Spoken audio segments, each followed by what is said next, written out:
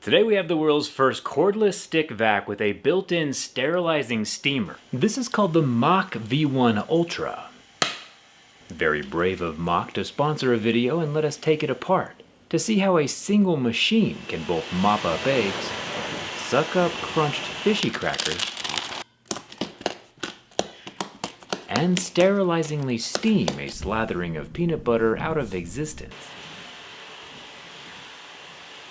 All fairly common messes at my house. The steam coming out of the Mach V1 Ultra helps loosen built-in grime while killing germs with an impressive 82 minutes of runtime. Personally, I've always found it far more fun to see how technology works from the inside, so today we're going to take it apart and find the steamer, sucker, blower, and Tesla valve that makes all of it possible. My wife says I can take it apart as long as I put it back together because she likes it and wants to keep it, so fingers crossed. Let's get started.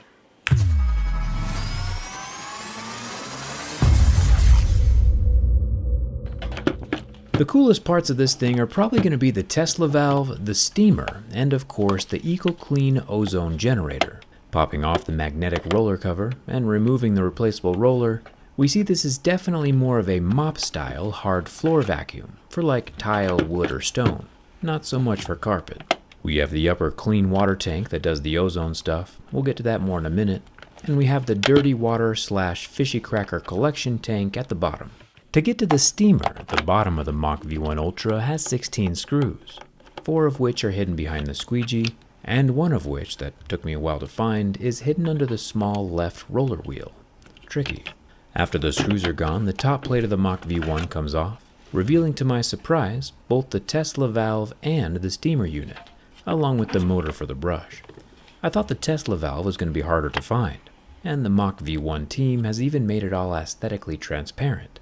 The Tesla valve was invented by Mr. Nikola Tesla back in 1920.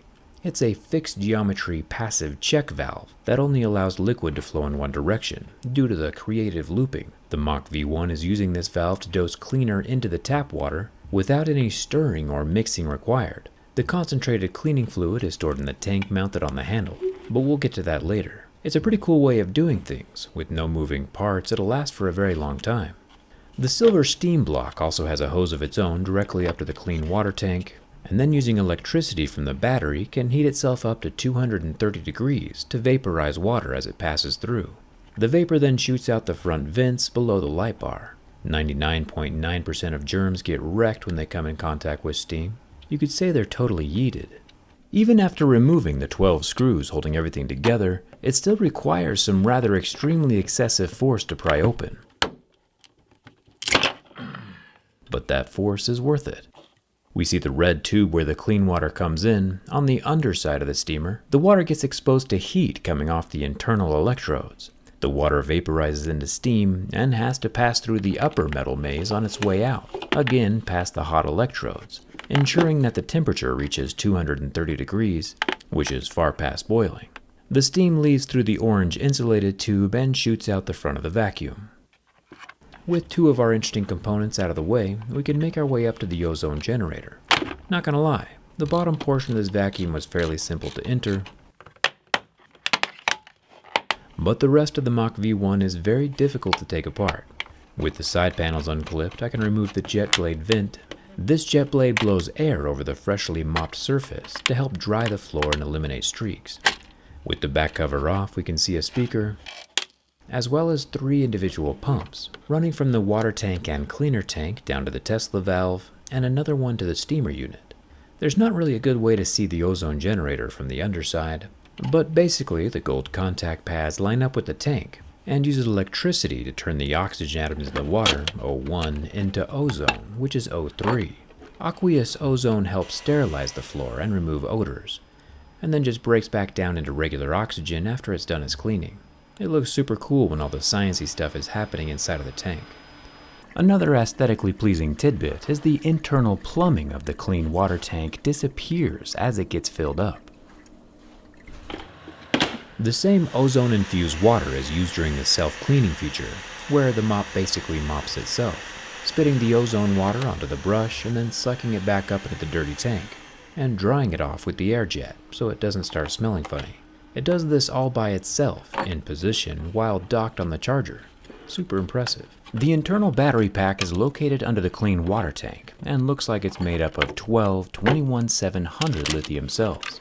The exact same batteries we would find inside of a Tesla vehicle. The Mach V1 Ultra has the batteries staggered, with air gaps running between them for ventilation and cooling. The BMS board, which is also attached to the battery, appears to be slathered with a waterproof coating on both sides. Very smart considering there is a lot of liquid running through the machine. Protection is always a good thing. Now we just need to get smartphone manufacturers to use the same coatings. 21 volts gets us 160 watt-hours of energy, enough for 82 minutes of runtime.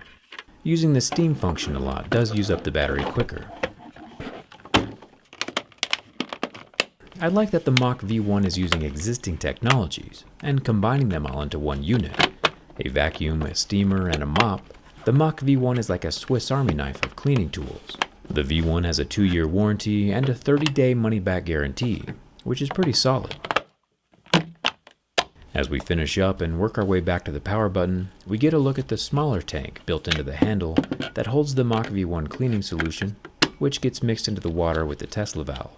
And now we can try turning it on, and it's not looking too good. While I spend the next couple hours retaking it apart and figuring out where I went wrong, you can grab one with the link in the description with its warranty still intact. Power off. Please return the device to the charging base for charging. It's a pretty sweet little unit, and I really hope I get it working again. If you have any questions, leave them down in the comments, and thanks a ton for watching. I'll see you around.